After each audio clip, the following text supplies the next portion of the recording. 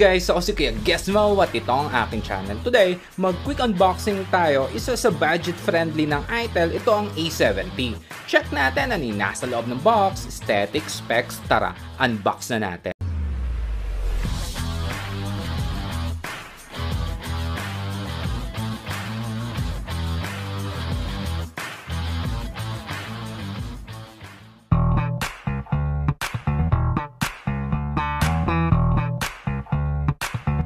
Bago sa unit, check muna natin ano ang nasa loob ng box. Sa loob, itong warranty card at itong freebie na jelly case.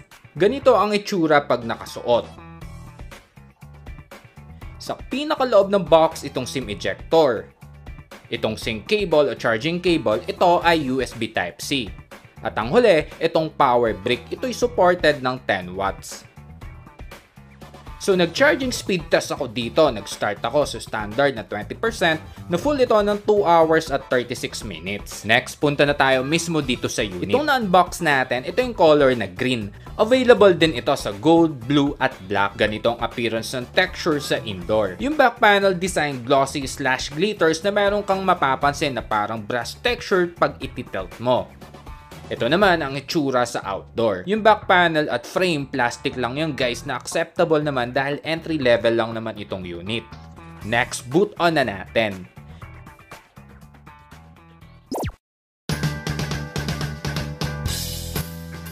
Isang napansin ko, meron niya nakalagay na screen guard or screen protector dito sa screen. Next, punta na tayo sa specs. Ang screen size nito ay 6.6 inch na HD Plus na IPS display. Ang cons sa screen, 60Hz lang ang meron dito. Sa Widevine, para sa mga nagne-Netflix, meron itong security level na L3SD. Ang network nito guys ay 4G LTE, so test natin kung working sa dito at Gomo SIM.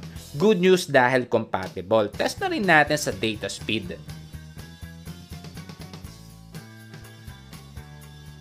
Ito'y supported ng OTG, hindi ito supported ng 5 GHz ng Wi-Fi. Naka-Android 13 na Go Edition, not supported din ng NFC.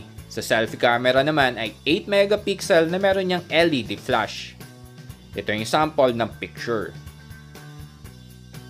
Meron tong dalawang variant, yung 4128 sa SRP na 3,499 pesos at 4256 sa SRP na 3,099 pesos sa ITEL official store. Meron din itong extended RAM, pero ang con sa flash memory nito guys ay eMMC lang. Medyo mabagal kasi yan. Balik tayo sa specs. Itong A70 ng ITEL, ang main shooter nito ay 13 megapixel. Hindi ko na sinama yung ibang lens kasi para sa akin yung AUX at AI lens ay decoration lang yan. Ito naman ang LED flash. Next, check naman natin ano yung feature or category ng camera.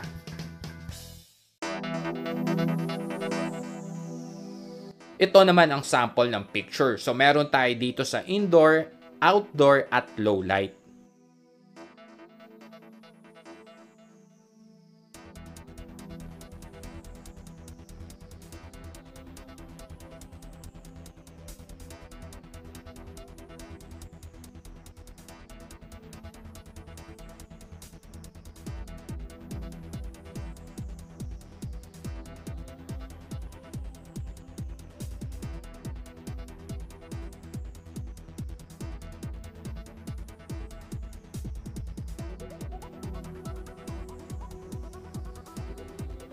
So video settings ang meron dito ay 720p, 1080p na meron lang 30fps, wala nang iba. Nag-check ako ng video stabilization, ang cons wala dito guys, maalog.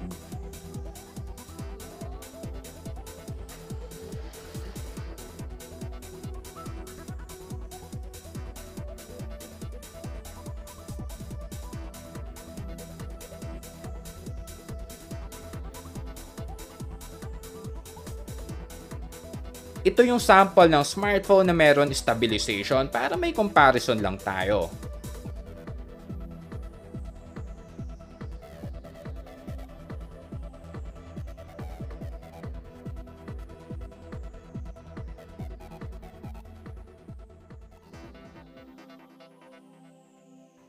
Pero sa steady ay clear naman ang quality.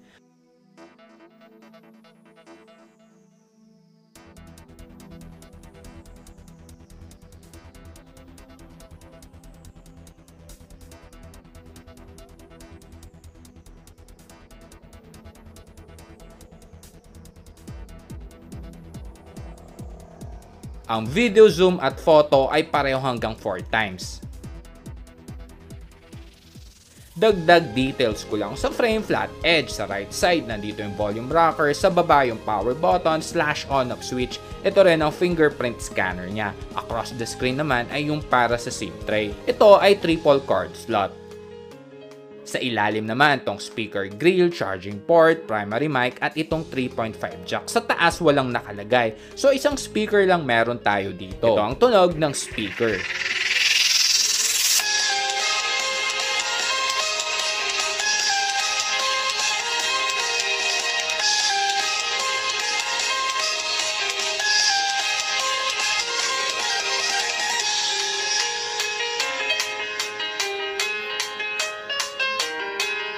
Isa na pansin ko yung speaker quality nito ay mamono guys. Ramdam na matreble lalo pag sanay yung tenga mo sa Redmi, Xiaomi at Poco.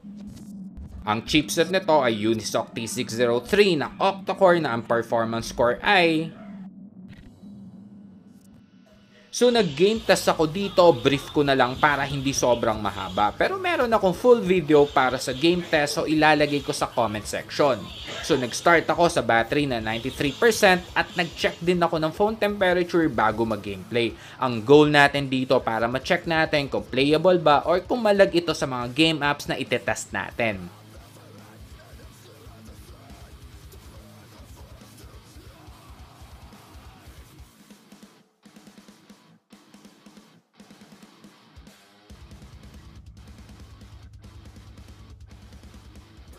So ang result guys, medyo malag. Playable naman pero need mo talagang i-low lahat ng mga settings. Baka di mo rin ma-enjoy. So after 1 hour at 5 minutes ng paglalaro, nabawasan yung battery ng 14%.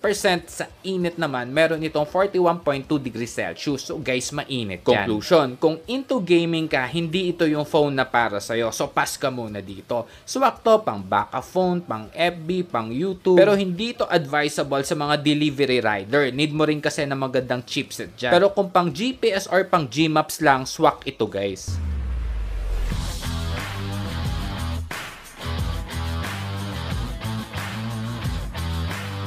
So yun lang guys, hanggang sa mga susunod na mga quick unboxing. Ako si Kuya Gizmo, a peace.